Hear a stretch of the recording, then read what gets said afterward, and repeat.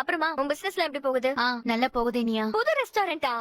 ஆமா இனியா. சூப்பர்மா. Already 2 restaurant சக்சஸ்ஃபுல்லா நடத்திக்கிட்டு இருக்க. இப்போ 3ஆவதா இன்னொரு ரெஸ்டாரண்ட் ஓபன் பண்ண போற. ஆசம். கங்க்ராச்சுலேஷன்ஸ். எனக்கு ரொம்ப ஹாப்பியா இருக்கு. ரொம்ப சந்தோஷம் சம்பந்தி. அப்பா ஆரம்பத்துல சொன்ன மாதிரி நீங்க ஒரு பயங்கரமான பிசினஸ் பர்சன் தான். நாங்க எங்க சைனா ரெஸ்டாரண்ட அடுத்தடுத்து ஓபன் பண்றத விட நீங்க படு வேகமா ஓபன் பண்ணிட்டு இருக்கீங்க. சரி, எந்த இடத்துல? வேளச்சேரியில. சூப்பர்மா. சரியா வேலையெல்லாம் எப்படி போகுது?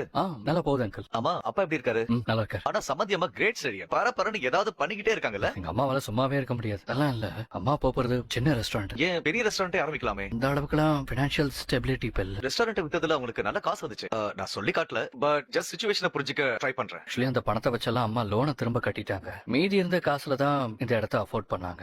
அந்த இடத்தோட போட்டோ டீடைல்ஸ் ஏதாவது உங்ககிட்ட இருக்கா? நான் பார்க்கலாமா? If you don't mind. சீக்கிரட்டா வச்சிருக்கணும்னு ஏதாவது பிளானா? ஐயோ சச்சா, அப்படிலாம் எதுவும் இல்ல அங்கிள். இந்த காட்டுறேன். உங்க புது ரெஸ்டாரண்ட்டுக்கு வாழ்த்துக்கள் சொல்லணும் தான் நினைக்கிறேன். ஆனா சொல்ல முடியல. என் மருமகளுடைய அம்மா கையேந்தி பவன் வச்சு நடத்துறாங்கன்னு நான் எப்படி எல்லார்கிட்டயும் சொல்லுவேன்? அதுதான் உங்களுக்கு பிரச்சனையா? அப்ப நான் சொல்ற பதில சொல்லுங்க. என் சம்பந்தி அம்மா ஹோட்டல் தொழிலதிபரா இருந்தாங்க. ஆனா நம்ம குடும்பத்தோட சம்பந்தம் பண்ணதுக்கு அப்புறம் தான் கையேந்தி பவன் அதிபரா மாறிட்டாங்க. அதுக்கு காரணம் நான் தான் சொல்ல